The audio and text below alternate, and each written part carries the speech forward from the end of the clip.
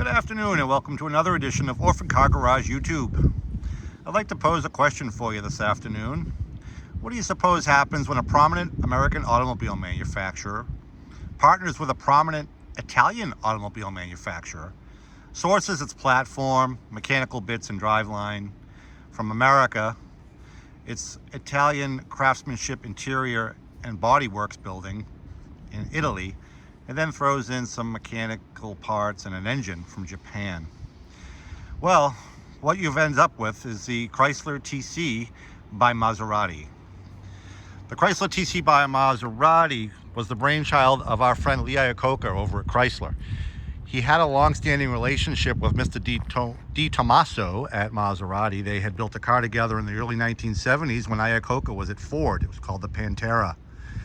That relationship carried on into the 1980s, and Lee Iacocca wanted to bring a different buyer into the Chrysler showroom, a buyer that Chrysler dealers weren't familiar with or used to. They had been used to selling bread and butter K cars and so forth, and it was a more blue-collar market. He wanted to provide a halo car for Chrysler dealers. He hand-selected 300 U.S. dealers to sell such a vehicle. He went to work with Mr. Di Tommaso at Maserati, and he wanted to produce a roadster to beat anything and everything that came out of Europe at the time. Problem with all that was the bean counters at Chrysler and the bean counters at Maserati got involved, and the end result was not so spectacular. We have here a 1990 Chrysler TC by Maserati. Too much of this car ended up being too much like the Chrysler LeBaron convertible that had been introduced 2 years earlier. This car, in fact, was supposed to be introduced by Chrysler in 1985 or 1986, but because of all those production delays and infighting within the two companies and the bean counters, the Chrysler LeBaron convertible was introduced 2 years earlier. This car shared just too much in common with that car and was double the price. As a result, Chrysler only was able to build, or Maserati and Chrysler were only able to build 7,300 of these cars over its 3-year lifespan, or 2.5-year lifespan, 1989 to 1991. It's said that Chrysler lost $600 million on the project and is still today one of Chrysler's biggest failures in the industry. That, in fact, is why we love them so much, because it's the ultimate underdog. And to me, just unique enough to make them just a little bit special. Yes, at first glance, you think it might be a LeBaron, but take a second look. We've got Italian headlights, that Trident logo on the grille with the Chrysler Pentastar and the Maserati emblem in the middle. This car's really high point is the interior. Real high point is the interior. That's a handcrafted and designed leather interior from Italy. The seats in these cars are just superb, and they do not compare to anything in the Chrysler LeBaron. The problem is, looking towards the dashboard, a lot compares to the Chrysler LeBaron, including the gauge package, center stack, heater AC controls, radio, and so forth. Even the shifter. They added a real wood shift knob, which is kind of nice in this car, but it's obviously placed upon the typical K-car, Chrysler LeBaron, Dodge Daytona automatic shift lever. So they weren't really fooling anybody but themselves. The automotive press had a field day when this car came out, and it was pretty much doomed from the start. These cars were all equipped with a removable hardtop with porthole windows. That is included with this car. We just decided today was too nice to take a video with the hardtop on, so the hardtop is in our shop. But I do have plenty of pictures of the car with the hardtop on, and these cars look very unique to me with the hardtop installed. Those cool porthole windows that kind of go back to the Ford Thunderbird days in the mid 1950s. When the top is off, admittedly, the car looks a little bit too much like a LeBaron, but it's actually a shorter wheelbase. A lot of people don't realize that. This was based on a shortened Dodge Daytona platform. Dodge Daytona and the LeBaron were very similar in the platform, and they shortened it for the TC. So the car actually handles and rides quite a bit better, I think, than a traditional LeBaron or Daytona. These also had a tuned suspension that was specific for the TC, and they also threw in a TEVS anti-lock brake system in these cars. And in this particular car, all that works as designed and has no issues at all.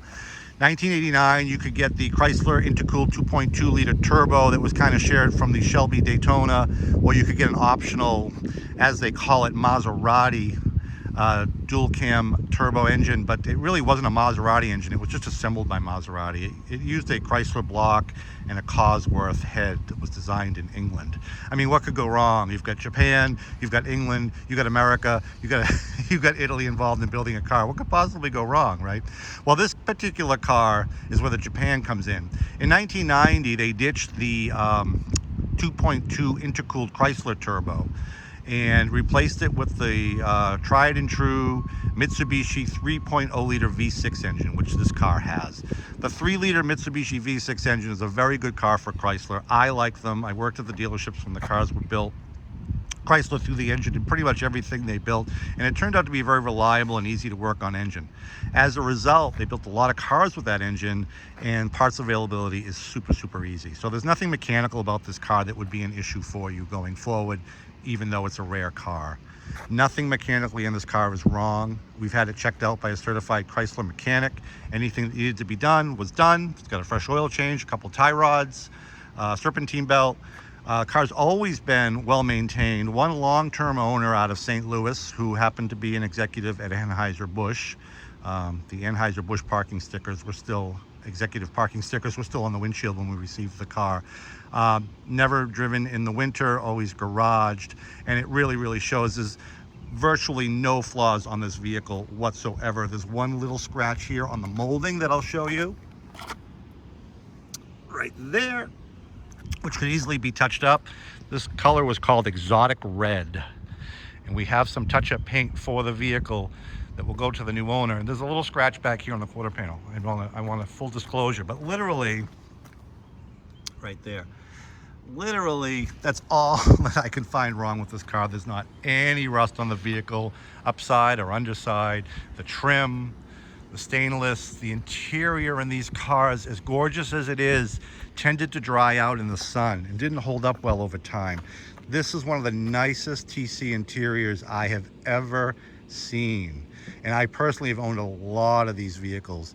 That's a storage compartment there behind the rear seat that houses a spare tire. Obviously there's no back seat in these cars. And there's the spare tire. And this car even has the original first aid kit that came with the cars when they were new. There's band-aids and gloves in there, a pair of pliers for roadside repairs. Even has its original windshield. The Trident is still there on the original. I don't know if you can see it, but proves that the original windshield is still in the car. The odometer shows 82,000 miles. The Carfax is clean and backs up that mileage. Again, externally and internally, the car is almost like new. I mean, I just really have a hard time finding anything wrong with the car. Door panels, beautifully done. Again, K-car switchertree with cheap plastic bezels. They expected to compete with Europe. That wasn't going to do it. But unique today, kind of funny and cool. The original floor mats are still in the car with the Trident. These are very hard to find, and they're like brand new, as is the carpet underneath it. Beautiful interior. The 1990 models introduced an airbag. So there you have the dash cluster, which is very reminiscent of the Daytona and the LeBaron. The air conditioning controls, and the original Infinity AM/FM cassette. Full disclosure on this vehicle, the air conditioning is inoperable. We did try to charge it. It has been converted over to the 134 refrigerant at some point. The refrigerant is empty. We pumped it with new refrigerant, and the pressure and the refrigerant was immediately going down. So there's a major leak, we assume, in the condenser. I decided not to go forward with replacing the condenser and the air conditioning repair, priced it accordingly, and the next owner can decide whether he or she wants to repair that. I mean, it's a top-down car anyway, so chances of you using the air conditioning are probably slim to none. But I wanted you to be aware that it is inoperable. And the radio's original with the equalizer. All TCs came with that radio, and it's finicky. It's finicky at best. Very common nowadays as this electronics becomes 30 plus years old. But the leather and the plastics in the interior, common to deteriorate in these cars, is absolutely like new. The power seats work fine. The controls are there. These are common to break and fall down into the console. Everything's right up to par there. Just a really, really, really nice car. I love these in exotic red. I think it really makes the car stand out. The wheels are all in great shape. It's got beautiful tires. And again, Orphan Car Garage, so we're not going to ask all outdoors for this car. We're just asking a reasonable $6,500 for this 1990 Chrysler TC by Maserati. I guarantee you'll be the only one in the neighborhood with one. You can have a lot of fun with this car for not a lot of money. And like I said, mechanically, the car needs nothing. And God forbid something did happen mechanically to the car down the road, parts are extremely easy to come by, and any general mechanic can do the repair. Lots of clubs on this car, Chrysler TC America Club. Lots of support out there for technical issues or interior or trim pieces that you might need. There are a lot of parts out there, you'd be surprised. No issues there whatsoever. So if you like what you see, give me a call, 508-954-8090. Check out orphancargarage.com. Find me on Facebook. This car is posted there. And I will be posting this video in other spots, Facebook and so forth.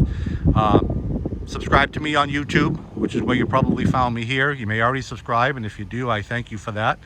But if you haven't subscribed, hit that subscribe button and hit me. I'm always selling cool, interesting, special interest vintage cars at reasonable prices. So thanks for tuning in. Enjoy the rest of your day. Let me know what you think.